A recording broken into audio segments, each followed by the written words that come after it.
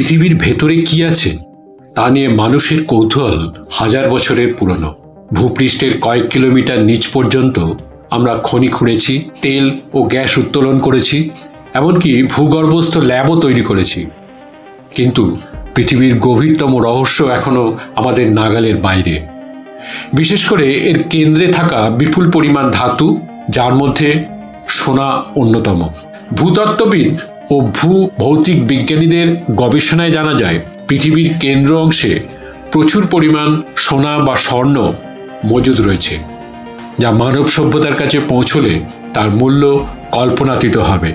নমস্কার, উৎস ফ্যাক্টসের নতুন একটা ভিডিওতে আপনাদের সবাইকে স্বাগত। আজকের বিষয় পৃথিবীর কেন্দ্রে সোনার বিশাল ভাণ্ডার। পৃথিবীর গঠন 4টি প্রধান স্তরে ভাগ করা যায়: ভূপৃষ্ঠ, ম্যান্টল, বহিঃকেন্দ্র এবং আভ্যন্তরীণ কেন্দ্র। ভূপৃষ্ঠ গড় পুরুত্ব মহাদেশের নিচে প্রায় 30 থেকে 50 কিলোমিটার, আর মহাসাগরের নিচে 5 থেকে 10 কিলোমিটার। উপাদান আছে প্রধানত সিলিকা, অ্যালুমিনিয়াম, লোহা, ক্যালসিয়াম, সোডিয়াম ইত্যাদি। ম্যান্টলের গভীরতা প্রায় 2900 কিলোমিটার পর্যন্ত। উপাদান আছে ম্যাগনেসিয়াম, লোহা, সিলিকেট, শিলা। বৈশিষ্ট্য: আধা গলিত অবস্থা, যা ভূমিকম্প ও আগ্নেয়গিরির কার্যকলাপের সাথে জড়িত। বহিঃকেন্দ্র গভীরতা প্রায় 2900 থেকে 5150 কিলোমিটার। উপাদান আছে গলিত লোহা ও নিকেল, সামান্য সালফার ও অক্সিজেন। বৈশিষ্ট্য: তরল অবস্থা, যা পৃথিবীর চৌম্বক ক্ষেত্র সৃষ্টি করে।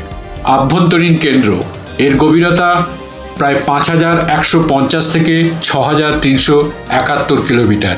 পৃথিবীর কেন্দ্র। উপাদান আছে প্রধানত কঠিন লোহা ও নিকেল, সাথে সোনা, প্লাটিনাম, কোবাল্ট এবং অন্যান্য ভারী ধাতু।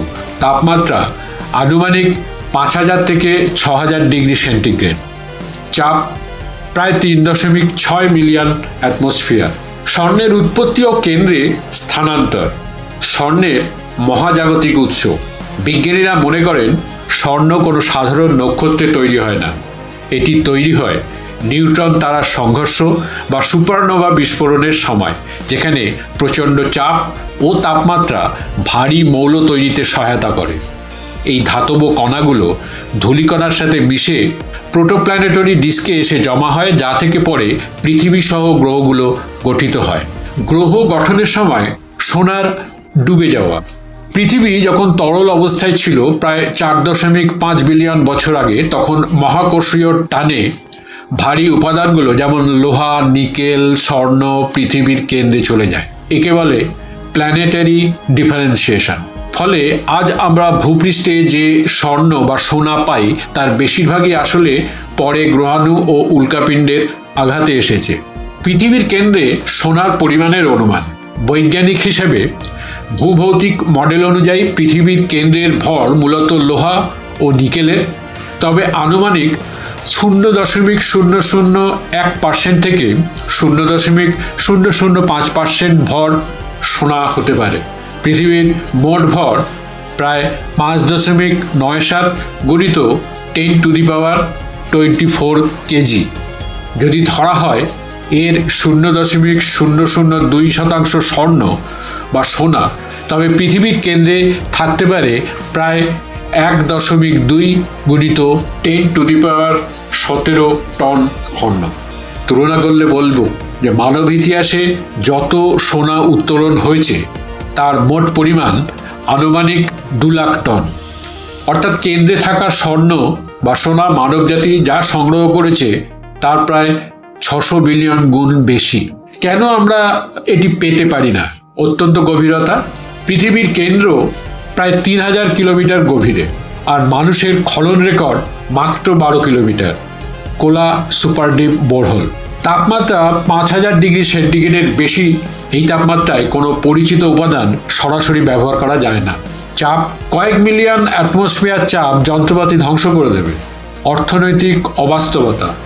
এমন প্রযুক্তি তৈরি করতে যে খরচ হবে তা সোনার মূল্যের থেকেও বেশি হতে পারে। এই তথ্যের বৈজ্ঞানিক গুরুত্ব কী? পৃথিবীর গঠন বোঝা। সোনাসহ ভারী ধাতুর উপস্থিতি পৃথিবীর প্রাথমিক ইতিহাস ও গঠন প্রক্রিয়ায় প্রমাণ দেয়। চৌম্বক ক্ষেত্রের গবেষণায় ধাতব কেন্দ্রের গঠন ও গলিত বহিঃকেন্দ্রের পৃথিবীর চৌম্বক ক্ষেত্র তৈরিতে প্রধান ভূমিকা রাখে। গ্রহবিজ্ঞান, অন্যান্য গ্রহের কেন্দ্রেও এমন ভারী ধাতু থাকতে পারে যা ভবিষ্যতে গ্রহ অনুসন্ধান গবেষণার কাজে লাগবে। কল্পনা ও বাস্তবতা।